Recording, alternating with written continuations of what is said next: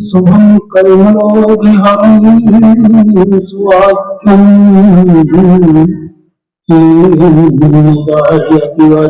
परिपूर्तिमान् सेतुं भजामि चित्ररूपमध्यं कबीरम्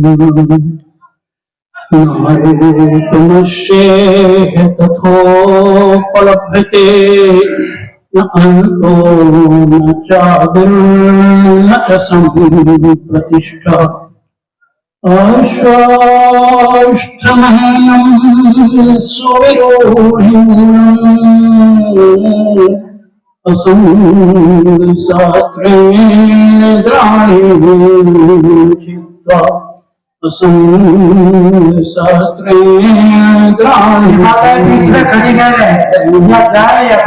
गुरु कबीर के चरण प्रगटायो सदपंथ मुक्ति प्रदाता सदगुरु धन्य पारे की संग। बोलिए श्री सदगुरुदेव की। स्थानाध्यक्ष प्रातः स्मरणीय आचार्य प्रवर कुशल मंच संचालक श्री बना साहेब जी, मंचासीन व्यक्ति विवेक संपन्न बेत्राग मुद मंगलमय संत समाज, साधनारत साध्वी बहनें, आदरणीय सज्जनों, श्रद्धा मूर्ति माताएं एवं बहनें, मुझे आज्ञा मिली है, आज्ञा पालनार्थ कुछ कहने का प्रयास करूंगा। शब्दगत त्रुटियां होना स्वाभाविक है, उन त्रुटियों की ओर न जाकर के आप सद्गुण की तरफ चलें, अवश्य आपका कल्याण होगा। प्राणी जगत में मानव प्राणी के लिए विभिन्न प्रकार के ग्रंथ, पंथ, सिद्धांत अपनाए गए और जितने भी सिद्धांत इस जगत में आए, सभी सिद्धांतों में अपने अपने अनुसार मुक्ति की परिव्याख्या की गई, शांति की परिव्याख्या की गई। किंतु किसी ने स्वर्ग को मान करके मुक्ति बताई, किसी ने चंद्रमुक्त शिला को मान करके मुक्ति बताई, किसी ने शून्यवाद को अपना करके मुक्ति बताई। अपने अपने अनुसार सब लोगों ने मुक्ति की राह को बताया, लेकिन सदगुरु कबीर एक ऐसे महापुरुष हैं जिन्होंने एक अलग बात की है। सदगुरु कबीर ने बीजक में कहा, इतते सब कोई गए भार लदाए लदाए, उतते कोई न आया जासो पूछिए खाए। यहां से सभी जाते हैं, किंतु उधर से कोई लौट करके आया नहीं। जीते ने स्वर्ग को बताया नहीं, मुर्दा कभी आकर के कहा नहीं। मुक्ति में पहुंचने के पश्चात लौट करके व्यक्ति आया नहीं। इसलिए विवेक करके ये जानना होगा कि वास्तविकता वह शांति, वह सुख, वह परम चरण, वह मुक्ति, वह कल्याण कैसा है। मित्रों, मुक्ति में किसी के बाप की बपौती है नहीं, चाहे वह ग्रस्त हो या विरक्त हो, चाहे वह नारी हो या पुरुष, चाहे वह वृद्ध हो या बालक। कुछ लोगों ने तो पुस्तकें लिख डाली है ग्रस्त की भी मुक्ति हो सकती है। पुस्तकें लिखी गई हैं, लेकिन मुक्ति कोई ऐसी वैसी चीज है, खिलौना है, बच्चों का गुड्डा गुडिया है। ध्यान देना मित्रों, 3 सोपान ऐसे हैं जिन सोपानों के द्वारा आप उस लक्ष्य तक पहुंच सकते हो। यदि आपके पास तीनों सोपान हैं तो दुनिया की कोई ताकत नहीं जो आपको परम शांति, परम मुक्ति से रोक सके। और यदि 3 में से एक सोपान यदि आपके पास नहीं है तो सदगुरु कबीर साहब ही आकर के क्यों ना हो जाए, लेकिन आपकी मुक्ति कदापि नहीं हो सकती है। तो वो सोपान कौन है? सज्जनों, जैसे सीढ़ी में चढ़ने, छत में जहां पहुंचने के लिए सीढ़ी हुआ करती है, तदनुसार मोक्ष रूपी छत तक पहुंचने के लिए हमारे को 3 सीढ़ियां प्राप्त हुई हैं।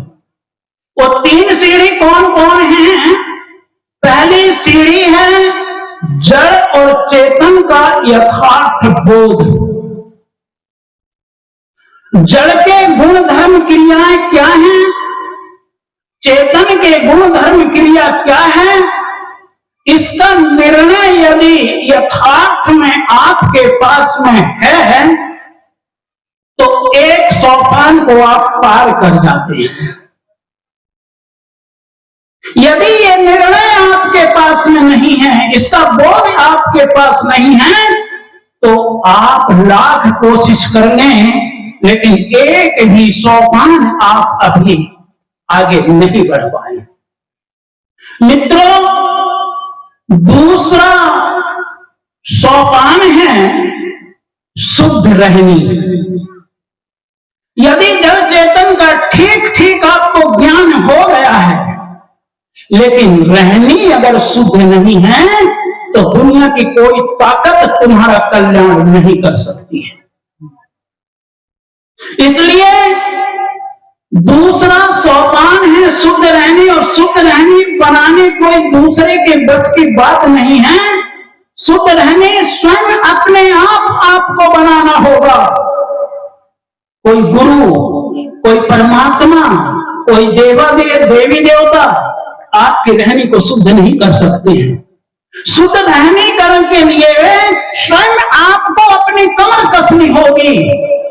जब तक आप अपनी कमर नहीं कस लोगे, तब तक दुनिया की कोई ताकत आपकी रहनी को शुद्ध रहनी में नहीं बदल पाएगा। इसलिए दूसरा सोपान है शुद्ध रहनी। आपने दूसरा सोपान यदि शुद्ध रहनी बना ली है तो आप दूसरे सोपान को पार कर गए हैं। यदि आपके जीवन में शुद्ध रहनी नहीं है, जड़ चेतन का यथार्थ निर्णय तो कर लिया गया, लेकिन अगर रहनी शुद्ध नहीं है तो प्रथम सोपान पार करके आप अटक जाओगे, आगे नहीं बढ़ पाओगे। सज्जनों, तीसरा सोपान है मन की निर्मलता, मन की पवित्रता। यदि आपके पास में आपका मन निर्मल हो गया है, ध्यान देना, तीसरा सोपान एक ऐसा सोपान है जिसके बावजूद आप गिर भी सकते हो। ये दो को पार करने के बाद भी आप तीसरे सोपान से लुढ़क सकते हैं, यदि आप ठीक से अपनी भूमिका पर खड़े ना हो तो। इसलिए आप अपनी भूमिका में, जिस भूमिका में आप हो, मैं ये नहीं कहता कि आप व्रत भूमिका है या ग्रस्त भूमिका है, और इसी के लिए सदगुरु पूरन साहब जी ने इस तीसरे सोपान का नाम दिया है अखंड वैराग्य।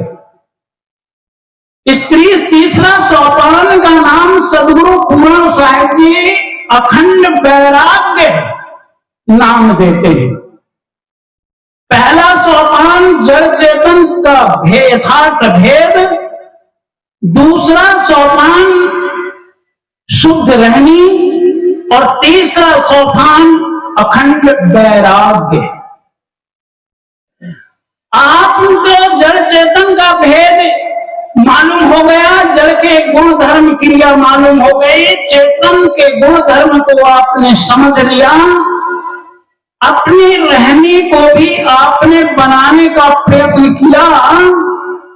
लेकिन यदि जीवन में अखंड वैराग्य नहीं है तो आप दोनों सीढ़ी पार करते हुए भी नीचे आ सकते हो, क्योंकि आपके मन में ममता जगेगी, आपके मन में मोह जगेगा, आपके मन में पिपासा जगेगी और वह पिपासा आपको गिराए बगैर कभी छोड़ सकती।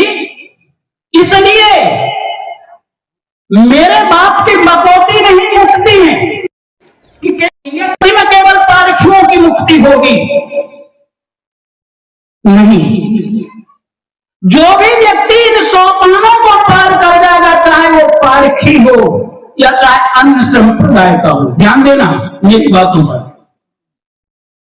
अन्य संप्रदायों को भी यदि जड़ चेतन का यथार्थ निर्णय, यथार्थ बोध हो गया हो, शुद्ध रहनी हो गई हो, अखंड वैराग हो गया हो, उसका भी कल्याण कोई रोक सकता नहीं। और यदि ये तीनों हमारे पास नहीं है तो कितने बड़े पारखी क्यों ना होगा, उसका भी कल्याण हो सकता नहीं। इसलिए मित्रों, खाली नहीं बाबा, खाली कल साहिब जी ने बताए ही थे भाई, ताली कौन पीटता है, ध्यान देना। इसलिए ताली मत पीटो, आप अपने जीवन में इसको धारण करो, ताली पीटने की आवश्यकता नहीं। साहिब जी ने बताया ही थे कल ताली पीटने वालों की स्थिति, उसे मैं दोहराने की कोशिश नहीं करूंगा। तो ताली पीटने की आवश्यकता नहीं, बल्कि आप इन बातों को हृदयंगम करने की बात है। इसलिए सदगुरु कबीर ने सबसे एक निराला मार्ग बताया है। उनके मार्ग में आप चाहे जैन हो, बौद्ध हो या सनातनी हो या आप जिस संप्रदाय के भी हो, सदगुरु कबीर ने किसी का नाम नहीं लिया है।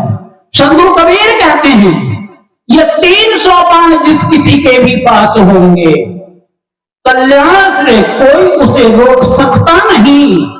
और यदि ये 3 सोपान आपके पास में नहीं है तो आपका कल्याण कोई कर सकता नहीं।